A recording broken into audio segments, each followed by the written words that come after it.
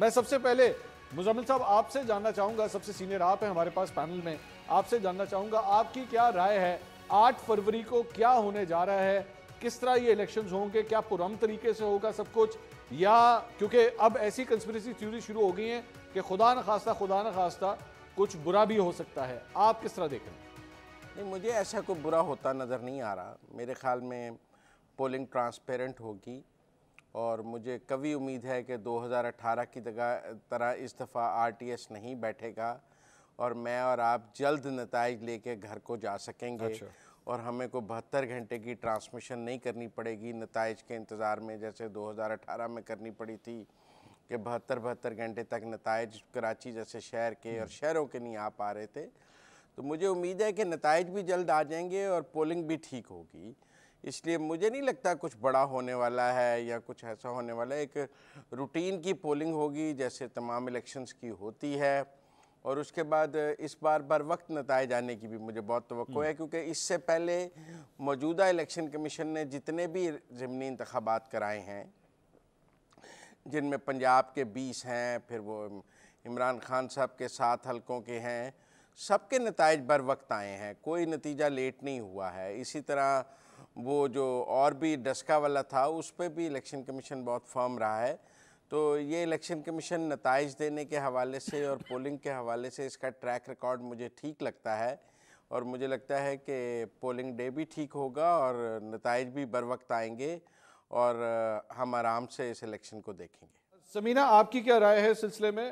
8 फरवरी के इलेक्शंस को फिलहाल जितना कुछ हो चुका है, जो कुछ हमने देख लिया है आने ये जो गुज़िश्ता महीनों में, गुज़िश्ता हफ्तों में, आप किस तरह देख रही हैं 8 फरवरी को क्या हो सकता है? शुक्रिया मंसूर। पहले तो जो कुछ यहाँ पर हो रहा है, अगर आप उसको इलेक्शन कहते हैं तो आप कह लें, सॉरी मैं तो इसको इलेक्शन नहीं मानती, ना मुझे ये कोई इलेक्शन नज़र आ रहे हैं। सॉरी टू से, ये जो भी एक एक्सरसाइज ला हासिल सी हो रही है, ये किसी तौर भी आवाम की ट्रू रिप्रेजेंटेशन के लिए तो है नहीं। मैं इस बात से इत्तेफाक करती हूँ सोहरवर्दी साहब की, जो उन्होंने बात कही कि आरटीएस ना बैठे और वक्त से नताइज आ जाएं, इसलिए कि इस दफ़ा नताइज से पहले ही बहुत कुछ मैनेज हो चुका है। तो मेरा ख्याल है कि उस दिन ज़्यादा कुछ गड़बड़ करने की ज़रूरत नहीं रहेगी, सब कुछ पहले ही मैनेज हो जाएगा। मैं तो कह रही थी कि ये इतनी एक्सरसाइज की भी ज़रूरत नहीं, बल्कि मैं क्या, सभी मेरा ख्याल है जो अक्सर सीनियर तज्ज़ियाकारों की आप राय देखें तो इस बात पर मुत्तफ़िक नज़र आते हैं कि जो इस वक्त सिनेरियो है उसमें इतनी तरद्दुद की, इतने तकल्लुफ़ की ज़रूरत क्या, आप एक नोटिफिकेशन जारी कर दें। जब आपने मद्दे मुकाबिल किसी को लड़ना ही नहीं देना, तो फिर उसके बाद ज़रूरत ही क्या है इस्लाह हासिल एक्सरसाइज की। तो मैं बिल्कुल मुत्तफ़िक हूँ कि जनाब बड़ा सुकून वाला माहौल होगा इलेक्शन डे पर भी, और फटाफट, बल्कि हो सकता है अभी पोलिंग भी ना हुई और रिजल्ट तैयार हो चुके हों, ये भी हो सकता है। तो इसलिए मुझे तो इस बात में कोई शक नहीं कि आरटीएस बिठाने की कोई ज़रूरत होगी, क्योंकि इस दफ़ा सब कुछ पहले ही हो जाएगा। अजमल जामी साहब, ये दो बिल्कुल डिफरेंट राय हमारे पास आई है 8 फरवरी को लेके। एक का कहना है कि जनाब पुरसुकून तरीके से सब होगा, वैसे दूसरी मतलब हमारी जो तज्जियाकार हैं उनका भी यही कहना है कि पुरसुकून ही होगा, लेकिन इसकी ज़रूरत नहीं है, इसको इलेक्शन भी नहीं कहना चाहिए जो 8 फरवरी को होगा। जामी साहब, आपकी क्या राय है? मुअज़्ज़ज़ तज्जिया निगारों को भी सलाम, अपने देखने वालों को भी सलाम। मसला ये है कि आपकी सुई तो आज अड़ गई कि 8 फरवरी को क्या होगा, मेरी सुई कहीं और अड़ चुकी है। वो ये है कि 8 फरवरी के बाद क्या होगा। क्या 8 फरवरी के चुनाव के नतीजे में सियासी इस्तेहकाम, समाजी इस्तेहकाम, मुआशी इस्तेहकाम नसीब होगा या नहीं? क्योंकि ये जो कुछ भी हम कर रहे हैं, मुअज़्ज़ज़ तज्जिया निगारों ने वो राय तो दे दी, उनको मान लें या उनको मान लें, दोनों को अगर मान भी लूं मैं, तो क्या इस सब के करने से वो इस्तेहकाम या वो उठान या वो पैमाने मिल जाएंगे जिसकी वजह से मुआशरे में चैन आ जाएगा, सियासी तौर पर एक खामोशी आ जाएगी, शांति आ जाएगी या नहीं? मेरा सवाल तो ये है, और उसका जवाब चूंकि अनगिनत मनफी जवाबों की सूरत में आता है, लिहाजा फिर इस सारी एक्सरसाइज पर सवाल उठते हैं। जहां तक 2018 और अब के इलेक्शन का मवाजना किया जाता है, तो तज्जिया निगार ये भी ना भूलें कि 2018 में भी इलेक्शन से बहुत पहले तक बहुत कुछ कर लिया गया था। हाँ, इंतखाबी निशान वापस होने के मामला नहीं हुए थे, अलबत्ता उसकी मिसालें हमें जनूबी पंजाब में मिलती हैं, जहां कुछ उम्मीदवारों को आजाद लड़ने का कहा गया और आजाद लड़े, किसी पार्टी टिकट पर नहीं लड़े। अगर ये इतना ही आसान और सादा मामला है इलेक्शन का, तो साबिक अपोजिशन लीडर और साबिक वज़ीर आज़म जनाब शहबाज शरीफ साहब ये ना कहते कि मेरी ख्वाहिश थी बल्ला होता। जी मुज़म्मिल साहब, प्लीज गो अहेड।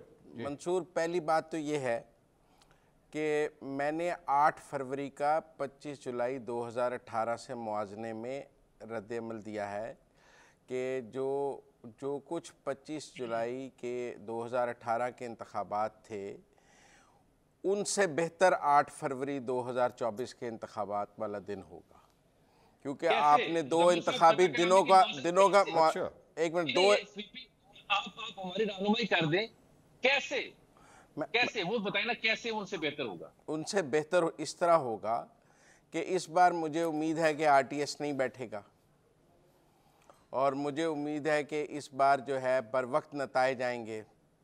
मुझे उम्मीद है कि इस बार पोलिंग स्टेशन पर फॉर्म 45 दिए जाएंगे जो 2018 में नहीं दिए गए थे पोलिंग एजेंट्स को।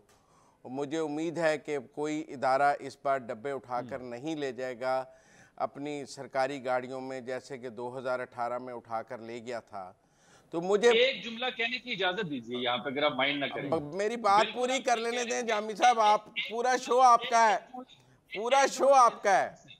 एक जुमला सिर्फ ले लें, वो ये जो जितनी सहूलत और स्मूथनेस आपके तज्जिए में या आपकी दूरंदेशी में झलक रही है, सच बोलिए ना, उसकी बुनियादी वजह यह है कि जिस कारण डब्बे उठाए जाते हैं, जिस कारण आरटीएस बिठाया जाता है, वो वजह होती है दो मुखालिफिन का टकराव, उनके बीच चुनाव।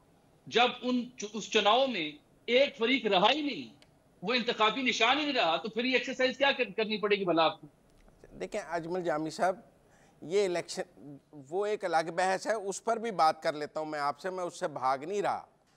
पहला सवाल चूँकि मंसूर साहब का 8 फरवरी के हवाले से था, मैंने उसका कंपैरेटिव एनालिसिस 25 जुलाई 2018 से दिया कि ना आरटीएस बैठेगा, ना फॉर्म 45 चोरी होंगे, ना डब्बे उठाए जाएंगे, और ट्रांसपेरेंट इलेक्शन पोलिंग होगी और ट्रांसपेरेंट नताए जाएंगे। ये तो 2018 के इलेक्शन से मेरा कंपैरिजन था। बाकी 2018 में भी एक बड़ी सियासी जमात का लीडर नाअहल था, उसका सरबराह इलेक्शन में हिस्सा नहीं ले सकता था और जेल में मौजूद था, उसके बावजूद वो जमात इलेक्शन में मौजूद थी।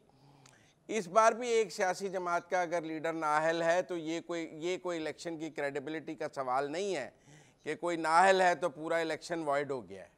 अगर 2018 का इलेक्शन वॉइड नहीं हुआ, नवाज शरीफ की नाअहली की निशान पे लड़ा था ना, एक मिनट बात, एक मिनट, बल्ले का निशान उनसे उनकी हमाकतों से छीना गया है। कल आप कहेंगे कि उनकी पंजाब की हुकूमत कैसे गई, फिर आप कहेंगे उन्होंने कौमी असम्बली से इस्तीफे कैसे दिए। देखिए सियासी हमाकतों का किसी के पास कोई जवाब नहीं है। आप अपने पाँव पे खुद कुल्हाड़ा मारें। मैं कल फुटेज देख रहा था जब नवाज शरीफ के सेनेटर से आपने निशान वापस ले लिया कि आप पार्टी के सरबराह नहीं हो सकते और आप निशान नहीं दे सकते, आपके सारे सेनेटर्स आज़ाद हैं। तो उसके बाद उन्होंने जनरल कौंसिल का इजलास बुलाया इस्लामाबाद कन्वेंशन सेंटर में, तमाम मीडिया के DSNGs लगाई, वहाँ कागजात जमा हुए, वापस हुए। 2500 बंदा जो उनका वोटर है, उनकी जनरल कौंसिल वोटर है, वो वहाँ मौजूद थी। ट्रांसपेरेंटली सबके सामने इंतखाब हुआ, बेशक बिला मुकाबला हुआ, लेकिन लाइव हुआ, सबके सामने हुआ। 4 घंटे कागज जमा कराने के लिए थे, स्क्रूटनी थी, फिर पोलिंग थी, हर चीज मौजूद थी। एक मिनट, तो ये सामने आते हैं उन्हें उठा लेते हैं, हर चीज मौजूद थी ना, हर चीज मौजूद थी। वो इधर दो लोग इकट्ठे नहीं हो सकते, आप क्या बात कर रहे हैं? सारे लोग इकट्ठे हो सकते। शाह महमूद कुरैशी को खड़ा करते, वो सामने लाके जेल जो 9 मई में को खड़ा करते, इजाज चौधरी को खड़ा करते, परवेज इलाही को खड़ा करते, किसको खड़ा करते? सारे तो जेल में बंद हैं। 9 मई बाहर खड़े होते हैं उन्हें वहां पे पकड़ने आ जाते हैं। 9 मई के मुल्ज़मान, मफरूरों और इश्तिहारियों को पाकिस्तान में ना इंतखाब लड़ने की इजाजत है, ना उनको सियासी जमात के ओहदे रखने की इजाजत है। आप मेरी बात समझें, इस मुल्क के कानून में लिखा हुआ है। आप इमरान खान साहब कानून बदल देते ना जब वजीर आजम थे कि मफरूर और इश्तिहारी भी इलेक्शन लड़ सकते हैं, वो कानून बदल देते कि नाअहल भी इलेक्शन लड़ सकते हैं। वो कानून बदल देते कि फौज की तंसीबात पर हमला करने के बाद भी इलेक्शन लड़ने की इजाजत होगी। वो वजीर आजम रहे हैं, वो कानून बदल देते हैं। अपनी जगह दुरुस्त और समीला साहबा, अब यहाँ पर तकनीकी एतबार से आप गलत हैं। शेर अफजल मरबत साहब को किसी और ने रोकना हो या ना रोकना हो, रोका हो या ना रोका हो, उन्हें तो उनके बानी चेयरमैन ने जेल से बुला लिया कि भाई वापस आओ सेल छोड़ के।